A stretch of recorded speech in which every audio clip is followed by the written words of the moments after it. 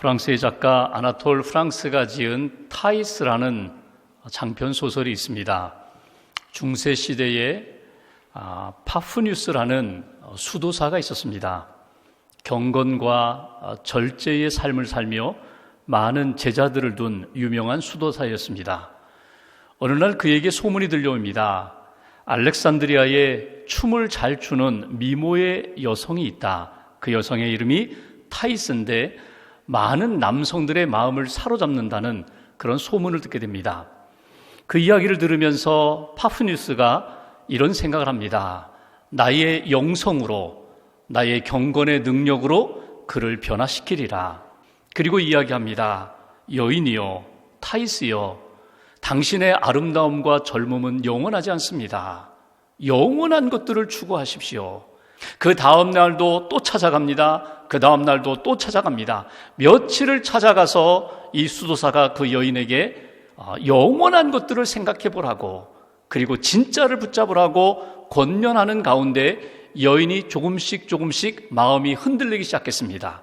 내가 누리고 있는 것, 과거에 내가 쾌락 가운데 빠졌던 것, 지금 살고 있는 것, 그렇다면 나의 마지막 최후는 어떻게 될 것인가? 그러면서 그의 삶이 조금씩 흔들리다가 마침내 하나님 앞에서 자신의 삶을 내려놓으며 회개하기에 이르게 됩니다.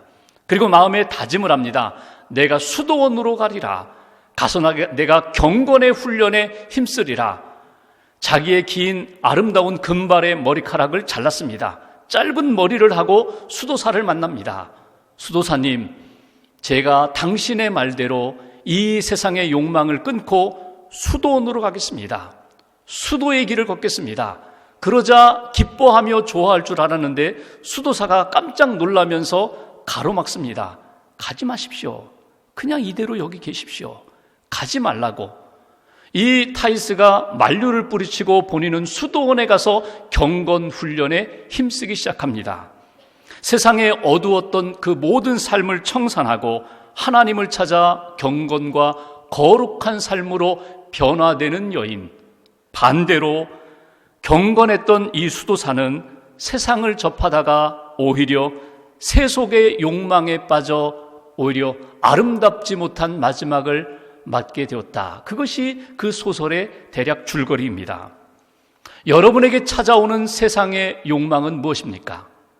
아니, 여러분들이 늘 기웃거리면서 찾아가는 세상적인 욕망, 세속의 유혹은 무엇입니까?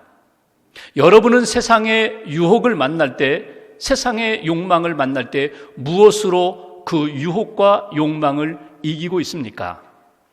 우리가 오늘 본문에서 보는 창세기 6장에는 노아 시대의 죄악상을 우리는 만나게 됩니다. 노아와 같이 믿음으로 하나님 앞에 경건한 삶을 산 사람이 있는가 하면 믿음을 저버리고 오히려 하나님을 떠나 세상에 빠지고 죄악에 빠져서 어두움 가운데 살았던 사람들을 우리는 만나게 됩니다. 믿음의 사람이라면, 하나님을 믿고 구원받은 하나님의 자녀라면 죄와 어두워진 이 세상 속에서 어떻게 살아가야 할까? 그것이 오늘 본문을 통하여 우리가 듣고자 하는 하나님의 음성입니다. 먼저 1절 말씀을 한번 볼까요? 1절 제가 봉독합니다. 사람이 땅 위에 번성하기 시작할 때에 그들에게서 딸들이 나니, 2절 함께 봉독합니다. 하나님의 아들들이 사람의 딸들의 아름다움을 보고 자기들이 좋아하는 모든 여자를 아내로 삼는지라. 여기 보면 주목되는 단어가 있습니다. 하나님의 아들들이 있고 사람의 딸들이 있다. 사람의 딸들은 누군지 우리가 대충 생각할 수 있겠는데 하나님의 아들들은 누구를 가리키는 것일까? 여기는 세 가지 해석이 있습니다. 첫 번째 해석, 하나님의 아들들은 곧 천상의 존재들이다. 천사들이다. 우리가 아브라함 만나기 위하여 천사가 사람의 모양으로 내려와서 아브라함을 만난 것처럼 하나님의 아들들은 천사들을 가리키는 것이다. 이렇게 해석을 하기도 합니다. 또 어떤 사람들은 하나님의 아들들은 왕족의 후예들이다. 힘 있는 사람, 권력 있는 사람들의 자손들이 사람의 딸들과 결혼했다. 이렇게 해석하기도 합니다. 그러나 가장 큰 해석은, 많은 사람들의 해석은 이것입니다. 하나님의 아들들은 곧 하나님을 믿고 따르는 믿음의 후손들이다. 하나님의 사람들, 믿음의 사람들이 하나님을 떠난 세상의 사람들과 만나 어울리고 결혼하는 현상이 노아 홍수 이전 시대의 노아 시대의 사람들의 모습이었다는 것입니다. 하나님의 사람들, 하나님을 믿고 따르는 사람들이 세상 사람들의 아름다움을 보고 반했다는 것입니다. 여기 보면 아름답다라는 이 표현이 토브라는 단어입니다. 하나님이 세상을 창조하셨을 때 보시기에 좋았더라. 그게 토브입니다. 그런데 인간의 눈으로 하나님의 관점, 하나님의 마음이 아니라 인간의 눈에 보이는 대로 좋은 대로 매력적으로 보였다는 것입니다. 하나님의 사람, 믿음의 사람들이 세상의 눈에 보이는 대로 그 유혹에, 그 욕망에 빠져 있는 모습을 우리가 성경에서 만나게 됩니다. 그러다 보니까 3절에 나타난 것처럼 그 사람들이 어떻게 변했습니까? 그들이 육신이 됨이라, 이렇게 성경은 말씀하고 있습니다. 육체가 되었다는 것입니다. 아니, 사람이 육신이 아닙니까? 육체가 있지 않습니까? 맞아요. 근데 하나님의 사람들은 하나님의 형상이 우리 안에 있고 영성이 있고 믿음이 있어서 육체의 본능을 다스리며 살아야 되는데 하나님의 형상을 잃어버리고 믿음을 잃어버리고 영성을 잃어버리니까 육체적 본능만 남는 인생이 되었다. 그것이 오늘 우리에게 주시는 메시지예요. 그러니까 노아 시대의 사람들은 하나님의 형상, 믿음은 잃어버리고 영성은 잃어버리고 육체적인 본능을 따라 사는 그런 모습으로 세상 사람들이 변질되었다는 거예요. 4절을 보실까요? 육체의 본능을 따라 살아가는 사람들, 그들이 추구하는 가장 중요하게 여기는 가치관이 무엇입니까? 4절 제가 봉독합니다. 당시의 땅에는 네피림이 있었고 그 후에도 하나님의 아들들이 사람의 딸들에게로 들어와 자식을 낳았으니 그들은 용사라, 고대의 명성이 있는 사람들이었더라. 여기 세 가지 중요한 단어가 나와요. 네피림, 용사, 명성. 네피림이 무엇입니까? 큰 사람들이에요. 거인들이에요.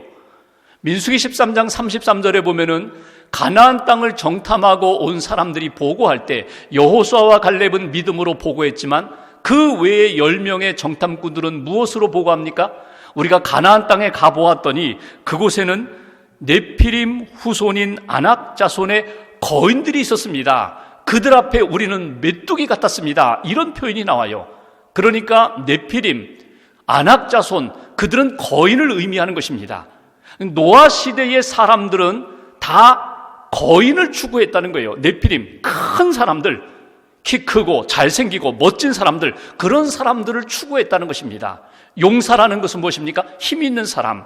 명성은 무엇입니까? 이름을 날리는 사람. 그러니까 당시의 사람들은 하나님의 영이 떠나고 하나님의 형상을 잃어버리고 믿음 없이 살다 보니까 그들이 눈에 보이는 아름다움을 추구하면서 큰 것들, 그리고 힘 있는 것들, 그리고 사람들의 입에 많이 오르는 그런 명성을 추구하는 인생이 되었다. 시대가 흘러갔지만 오늘 우리들의 인생도 별반 다르지 않습니다. 여러분, 자녀들에게 강조하는 것은 무엇입니까? 너 유명한 사람이 되어야 돼. 너 멋진 사람이 되어야 돼. 너 큰 사람이 되어야 돼. 너 영향력 있는 사람이 되어야 돼. 우리가 자녀들에게 강조하는 것도 노아 홍수 이전의 노아 시대 사람들과 별반 다르지 않다는 것입니다. 그렇다면 우리 인생 가운데 있는 크기의 우상, 힘의 우상, 그리고 명성의 우상을 깨뜨리면서 하나님 앞에 거룩한 백성으로 살 수 있는 비결이 무엇일까? 첫 번째 우리에게 주시는 메시지가 있습니다. 세상의 욕망에서 떠나라는 것입니다. 세상의 눈에 보이는 욕망에서 과감하게 끊고 떠나는 인생이 될 때 하나님의 형상을 지닌 믿음의 사람이 되고 믿음의 인생이 될 수 있다. 이것이 오늘 우리에게 주시는 첫 번째 메시지예요. 우리가 읽은 1절 말씀에 보면은 노아 홍수 이전에 그 시대에 땅에서 번성했다라는 표현이 나옵니다. 번성이라는 것은 하나님이 주신 축복입니다. 근데 하나님이 주신 축복과 풍요가 거룩함으로 이어지지 못하면 세상의 욕망에 물들고 세상의 가치관에 기울어지다 보면은 하나님이 주신 은혜와 풍성함이 그 거룩함의 역사 가운데 세워지지 못하고 세상의 욕망 가운데 떨어지게 된다는 거예요. 세속화되어 버린다는 거예요. 이것을 경계하면서 우리에게 주시는 말씀, 세상의 욕망이 밀려올 때에, 내 눈앞에 세속적인 욕망이 찾아올 때에 과감하게 끊을 수 있는 믿음의 사람이 되라고. 오늘 여기 우리가 읽은 말씀에 보면은 하나님의 아들들이 사람의 딸들과 만나 결혼할 때에 하나님 앞에 한 번쯤 물을 필요가 있는데, 하나님의 뜻을 구하고, 하나님, 내 선택이 바른 것입니까? 이것이 하나님의 뜻입니까? 하나님 앞에 전혀 묻지 않고 자기 욕망대로, 자기 눈에 보기에 좋은 대로 그렇게 결정하는 모습을 보게 돼요. 결국 하나님의 사람이 끊임없이 하나님과 교제하고 하나님 앞에 엎드려 기도하고 하나님의 뜻을 구하지 못하면 하나님이 주신 그 풍요함과 번성이, 그 은혜가 오히려 세상으로 기울어지고 세속화되어 버리게 된다 하는 것을 우리는 놓치지 말아야 합니다. 여러분, 한 시대의 문화를 보려면 결혼 문화를 보면 돼요. 그 문화가 건강한가? 그 시대의 문화가 건강한가? 건전한가? 그 시대의 가치관이 바른가를 보려면 결혼관을 보면 돼요.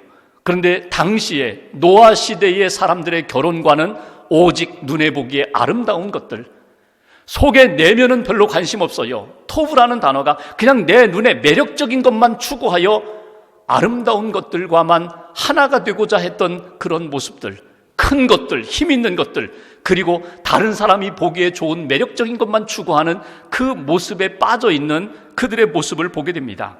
하나님의 영이 떠나고 죄와 부패함이 가득한 육신 가운데 우리가 과감하게 떠나서 하나님의 사람이 되기 위해서 우리는 몸부림칠 수 있는 그런 믿음의 거룩한 열망이 우리 안에 있어야 한다는 것입니다.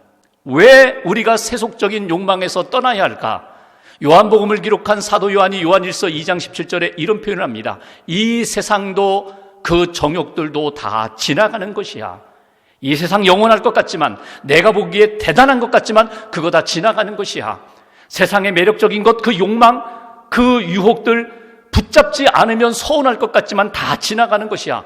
영원한 건 무엇인가? 오직 하나님의 뜻을 행하는 것, 하나님의 뜻, 하나님의 말씀, 그 뜻에 순종하는 믿음의 삶만이 영원한 것이고 나머지는 다 지나가는 것이라는 걸 잊어버리지 말라고 우리에게 강조합니다. 여러분 마음 가운데, 여러분 눈에 지금도 아른거리는 가장 우리를 유혹하는 것들이 무엇입니까? 세상의 정욕이 무엇입니까?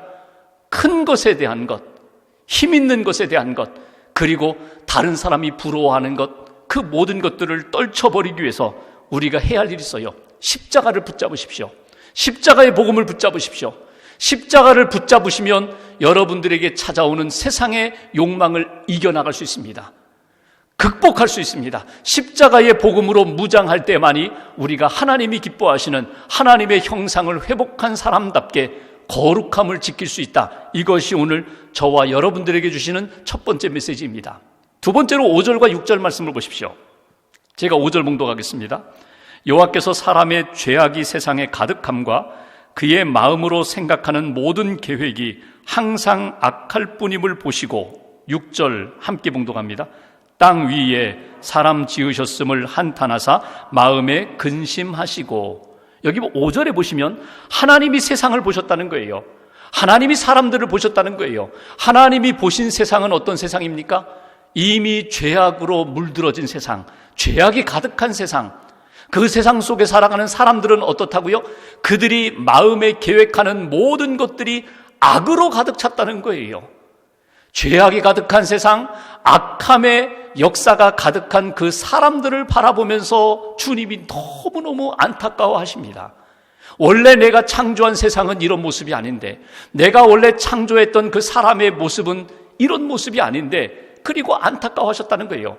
하나님의 마음이 오늘 본문에 나타납니다. 6절에 있는 것처럼 하나님께서 한탄하셨다. 하나님의 마음이 근심 가운데 가득하셨다.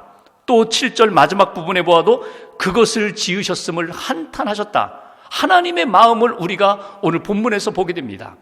하나님의 마음, 여기 근심하셨다라는 이 표현이 원래 히브리어로 아차브라는 말입니다. 아차브라는 것은 마음이 찢어졌다는 거예요.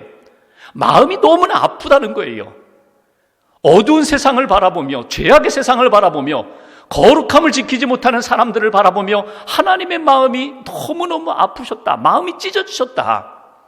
미국의 한 심리학 연구실에서 사람의 심리적인 고통이 근심이 우리 육체에 어떤 영향을 끼치는가 한 가지 실험을 했어요. 침팬지 어미와 새끼를 조금 분리해 놓고 새끼를 계속 괴롭혔습니다. 새끼를 학대하니까 새끼가 막 소리를 지르죠. 그러니까 그것을 바라보는 어미도 막 소리를 질러요. 새끼가 우니까 어미도 같이 울어요. 나중에는 어미가 울다가 기절을 해요. 3일째 됐는데 어미가 그냥 죽었어요. 그 죽은 어미의 몸을 해부해 보았더니 몸에 피범벅이에요.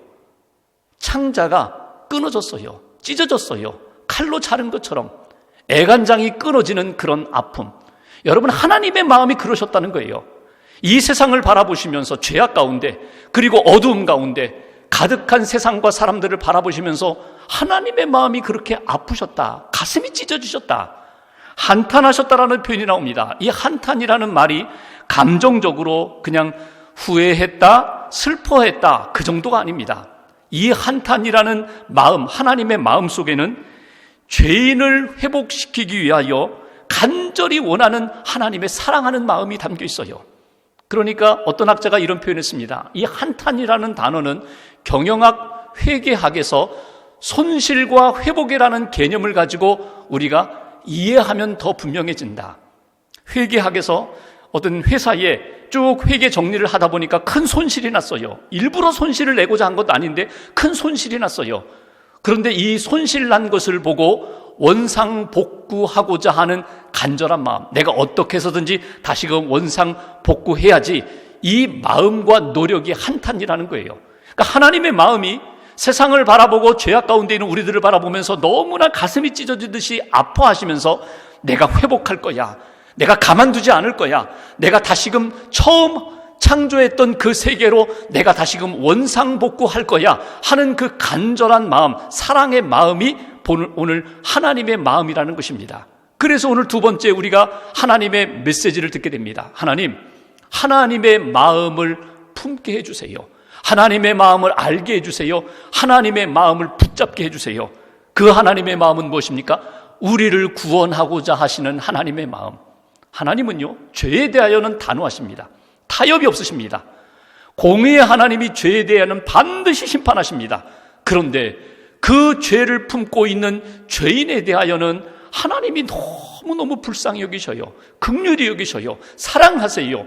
회복시키고자 하세요. 이것이 하나님의 마음입니다. 죄에 대하여는 공의의 하나님의 마음이 있고 죄인들에 대하여는 사랑의 하나님의 마음이 있음을 우리가 느낄 수 있어야 된다. 하나님의 마음을 붙잡아야 된다. 오늘 하나님의 마음을 붙잡고 사는 우리 인생, 하나님의 마음이 우리에게 무엇으로 나타납니까? 하나님이 그렇게 사랑하시면서 회복하고자 하는 그 마음이 우리에게 이런 모습으로 나타나요. 한번 3절 끝부분을 보실까요? 3절 끝부분에 보면 이렇게 표현합니다. 그러나 그들의 날은 120년이 되리라. 여기 원문대로 하면 그들의 남은 날은 120년이 되리라. 그들이 육신이 되어버렸어요. 그들의 육체적 본능대로만 살아요. 죄악 가운데 살아요. 그들을 바라보시면서 하나님이 너무너무 안타까워하시면서 아파하시면서 사랑하면서 하나님이 주신 처방전이 있어요. 그게 뭐냐면 120년이 되리라. 그들의 남은 날은 120년이 되리라. 여긴 두 가지 의미가 있습니다. 120년이 남았다는 건 뭐예요? 홍수로 심판하기까지 120년의 시간을 유예시켜 준다는 거예요. 이 시간 안에 회개하라, 이 시간 안에 돌이켜라, 이 시간 안에 하나님의 마음을 품고 돌아오라. 이건 은혜의 시간입니다. 또 120년이 남았다는 그 표현 속에는요, 이 표현도 있어요.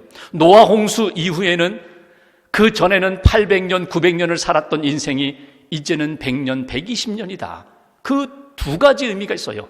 그러니까 이것을 오늘의 우리의 삶으로 적용해 본다면 하나님의 마음을 품은 사람은 하나님, 세상이 어둡습니다. 저도 하나님 앞에 거룩하지 못합니다. 하나님, 주님께 돌아가겠습니다. 회개하겠습니다.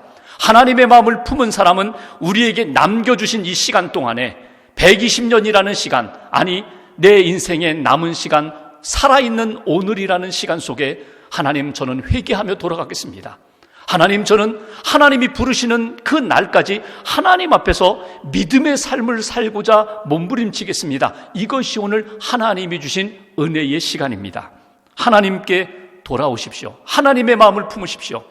120년의 시간을 유예시켜 주시면서 당장 심판하지 않으시고 그들에게 남은 시간들은 120년이다. 우리에게 남겨주신 이 은혜의 시간에 하나님 앞에 돌아오고 하나님의 은혜를 붙잡고 믿음으로 살아가는 저와 여러분 되시기를 주님의 이름으로 기원합니다. 마지막 8절 말씀을 보십시오. 오늘 우리에게 주시는 세 번째 메시지 8절 같이 봉독합니다. 그러나 노아는 여호와께 은혜를 입었더라. 그러나 노아는 여호와께 은혜를 입었더라. 여러분 이 말씀을 읽다 보면은요, 그래 옛날 노아는 하나님 앞에 은혜를 입은 사람이었대. 여러분 이렇게 끝나셔서는 안 돼요. 그러나 노아는 여호와께 은혜를 입었더라. 이 말씀을 내가 읽으면서 그러나 나는 하나님께 은혜를 입었더라. 하나님의 은혜를 받았고 지금도 하나님의 은혜 가운데 살아가는 하나님의 사람이야. 여러분 이렇게 읽으셔야 돼요. 그래서 세 번째 우리에게 주시는 메시지, 하나님께 은혜를 받으십시오. 하나님께 은혜를 입으십시오. 과거에 한 번뿐만 아니라 오늘도 날마다 어두운 세상 속에서 힘든 고난의 여정 가운데 하나님께 은혜를 입고 사는 믿음의 사람이 되라. 이것이 오늘 우리에게 주시는 메시지예요. 은혜가 무엇입니까? 값없이 주시는 선물입니다.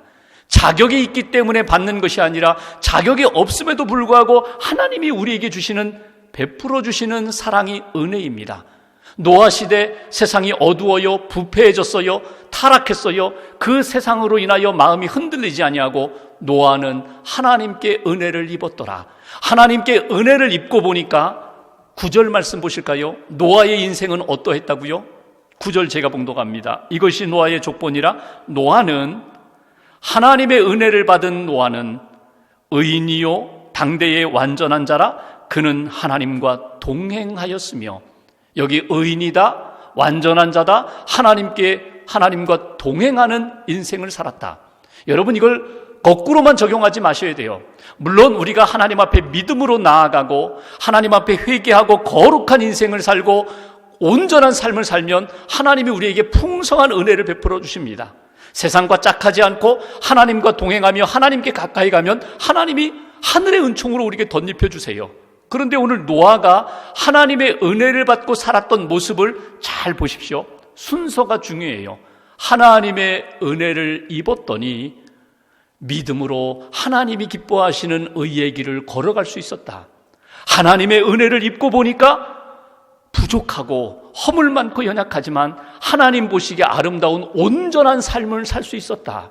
하나님의 은혜를 입고 보니까 세상과 짝하지 않고 어둠과 손잡지 않고 하나님과 손잡고 하나님과 동행하는 인생을 살 수 있었다. 이것이 노아의 인생이고 하나님의 은혜를 입은 사람들에게 주시는 하나님의 능력으로 나타난다는 것이에요. 여러분 우리가 그 길을 걷기를 원합니다. 하나님 저에게 은혜를 베풀어 주세요.